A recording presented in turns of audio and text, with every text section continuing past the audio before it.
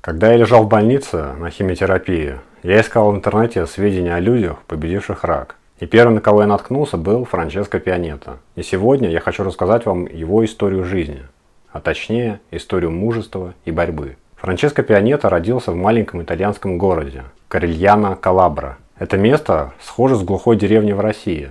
Тесные улицы, много заброшенных домов и построек, электрика, висящая между домами, как веревки для сушки белья. И, конечно же, такие места обладают своим шармом. Когда Франческо было 6 лет, вслед за отцом, который искал работу, он с семьей эмигрировал в Германию и проходил трудности адаптации мигранта в немецком обществе.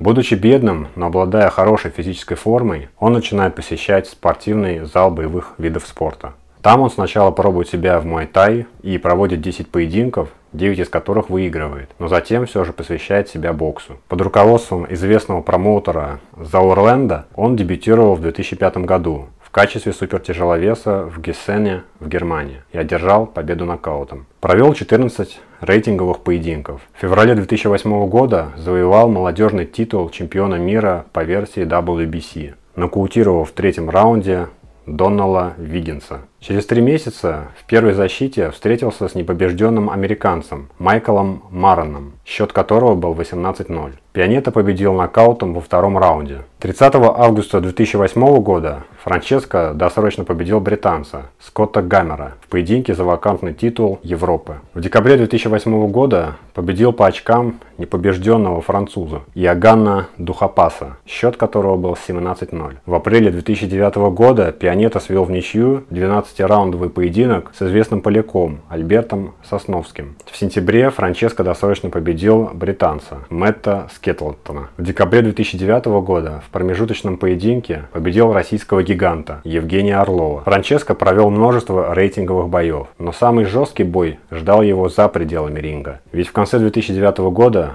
у Пианетты была обнаружена злокачественная опухоль. К тому времени он был знаменит и счастлив, растил маленького сына. И тут грянуло известие о страшной болезни, которая стала для 25-летнего боксера настоящим ударом. Пианетта вспоминает, как было страшно перед лицом смерти. Я чувствовал, что со мной происходит что-то неладное. Жена советовала сходить к врачу, но я долго оттягивал. Потом все же собрался. Врач сразу сказал, что нужна операция. Выйдя от него, я сел в машину и заплакал. После операции ему удавалось скрыть, что у него обнаружили злокачественную опухоль. Но самочувствие ухудшалось и потребовались сеансы химиотерапии. На 8 месяцев Франческо пришлось уйти из спорта. Клуб, с которым у парня был контракт, отвернулся от него и денег не было. Спасали лишь поддержка друзей и вера в свои силы. Около года понадобилось на лечение и восстановление. Но итальянец справился с болезнью и уже в декабре 2010 года вернулся на ринг с победой над американским джорнименом Майклом Миддлтоном. Джорнимен в боксе – это опытный боец, крепкий профессионал, всегда готовый принять вызов более сильного соперника, не заботясь о послужном списке. Поединок с джорнименами является, как правило, обязательной составляющей карьеры бойцов, претендующих на серьезные достижения в данном виде спорта. Бой с подобным не хватающим звезд с неба подмастерьем в большинстве случаев превращается для спортсмена в экзамен на выносливость, стойкость и умение доказать свое превосходство над уступающим в классе оппонентом. В последующих боях Пианетта уверенно побеждал рейтинговых боксеров. В ноябре 2011 года победил известного джорнимена Роберта Хоукинса. Затем в январе 2012 победил Зака Пейджа. 16 мая 2012 года в рейтинговом поединке итальянец уверенно перебоксировал бывшего чемпиона американца Оливера Маккола. 7 сентября 2012 года в 10-раундовом бою Пианетта встретился с южноафриканцем Франсуа Боттой. Встреча продлилась полную дистанцию из 10 отведенных на нее раундов, по итогам которых судьи единогласным решением назвали победителем Пианетту. Для Ботта это поражение стало первым проигранным по очкам за всю карьеру на профессиональном ринге. В конце 2012 года Пианетта в рейтинговом поединке нокаутировал в первом раунде малоизвестного аргентинца Нельсона Дарио Домингеса, личный счет которого был 14-1-1. И вот 5 мая 2013 года состоялся бой чемпиона мира Владимира Кличко с итальянцем Франческо Пианеттой, который стал громким событием в мире бокса. Мне вспоминается статья, которую я видел накануне их боя. Заголовок гласил: «Франческо Пианетта. Любого человека можно победить». О борьбе с болезнью и о победе над ней, а также о себе, Пианетта рассказывал в интервью, транслирующему поединок с Владимиром Кличко немецкому телеканалу RTL. Франческо, как бы вы описали себя как человека? Как милого пацана из соседнего подъезда. Я спокойный, неконфликтный человек. Конечно, иногда хочется пошалить, наделать глупостей, но я быстро понимаю, что это не мое. Не знаю, хорошо это или плохо, но каждый имеет свои собственные недостатки и собственные достоинства. И как, по-вашему, ваши достоинства помогут вам в бою с Кличко или недостатки больше помешают? Об этом лучше поговорить после боя. Чуть больше года назад вы были спарринг-партнером Владимира Кличко. Подчеркнули тогда что-нибудь, что теперь поможет вам в бою? Я был спарринг-партнером Владимира совсем недолго. Было лишь несколько раундов. Но они дали мне много опыта. Я понял, что могу идти в ногу с самыми лучшими. Конечно, Владимир Кличко имеет много сильных сторон. Работа его ног, например, просто удивительна. Но я также видел, что у него есть и недостатки. Я не буду сегодня говорить, какие именно, но я постараюсь ими воспользоваться. И вообще отдам все, что смогу, чтобы отобрать у Владимира чемпионские пояса. Я понимаю, что это сделать будет очень-очень трудно, но каждого человека можно победить. Самый большой бой в своей жизни вы уже выиграли, победив рак. Битва с Кличко в Майнхейме будет не легче? Знаете, я счастлив, что сумел одолеть болезнь. Тем более, что мне ничего другого просто не оставалось. Я вытащил себя, но это глава, которая уже закончена. Я беру все, что было, как счастливый опыт. Но теперь происходит что-то совершенно новое. В чем-то это новое и не легче. Но, к счастью, бой с Кличко – это только спорт. Это битва за титулы,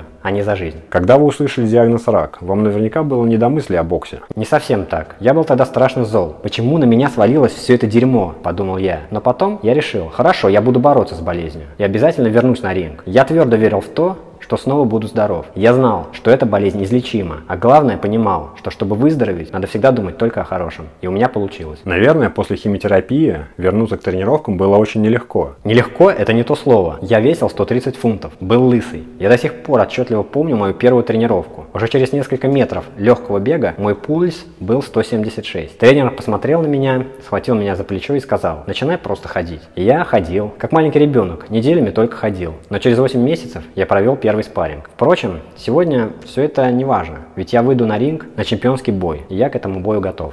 Любой, кто проходил курсы химиотерапии, подтвердит, с каким трудом дается простая ходьба, а подъем по лестнице становится сравним с восхождением на Эверест. Что ж там говорить о беге и о какой-либо физической тренировке. К 28 годам я многое пережил в своей жизни. Мне пришлось пройти такие испытания, которые не пожелаешь и врагу. Но я все это уже прошел. Прошел онкологическое заболевание, я победил рак, выиграю и у Кличко. Убеждал сам себя тогда итальянец. Хотя до боя с Владимиром Кличко он не потерпел ни одного поражения, одержав 28 побед, 15 из которых нокаутом, при одной ничьей, обещание положить на лопатки Владимира многим казалось бахвальством. Кличко ответственно готовился к каждому бою. И перед боем с Пианетто говорил: я готов так же, как всегда, но это не значит, что я буду его недооценивать, ведь этот бой будет шансом всей его жизни. К тому же он уже выиграл в одном из тяжелейших боев, потому что сумел победить рак. Я сделаю все, чтобы добиться чистой победы. В итоге Пианетто все же уступил техническим нокаутом. Бокс – это спорт с жесткой конкуренцией, и чемпион здесь может быть только один. Я проиграл, и у меня болит душа. Владимир – настоящий чемпион, и он очень силен, признавал Пианетто. Но и сам Пианетто очень силен. Силен духом, так говорят его друзья и поклонники. И это он уже доказал. Каждому есть чему поучиться у этого парня. Взять за эталон такую силу воли и духа. Мужественно вернуться в большой спорт и заслужить бой с чемпионом мира в супертяжелом весе после операции и химиотерапии. Это заслуживает огромного уважения. В те годы Владимир находился на пике своей физической формы и защищал титулы в боях с такими бойцами, как Дэвид Хей, Мариуш Вах, Александр Поветкин, Кубрат Пулев. И Франческо пополнил ряды достойных спортсменов, что разбились от доктор Стальной Молот. Но при этом он не закончил карьеру, а продолжал заниматься любимым делом и даже одерживать победы. 18 августа 2018 года провел бой с возвращавшимся в бокс Тайсоном Фьюри. Бой продлился 10 раундов. Бойцы прошли всю дистанцию. Франческо уступил со счетом 90-100 огромному и быстрому экс-чемпиону Фьюри. Что меня удивило в этом поединке, так это джентльменское поведение задиры Фьюри, который, кстати, вернулся к нормальной жизни и боксу через духовное прозрение. В феврале 2019-го Пианетто объявил о завершении карьеры.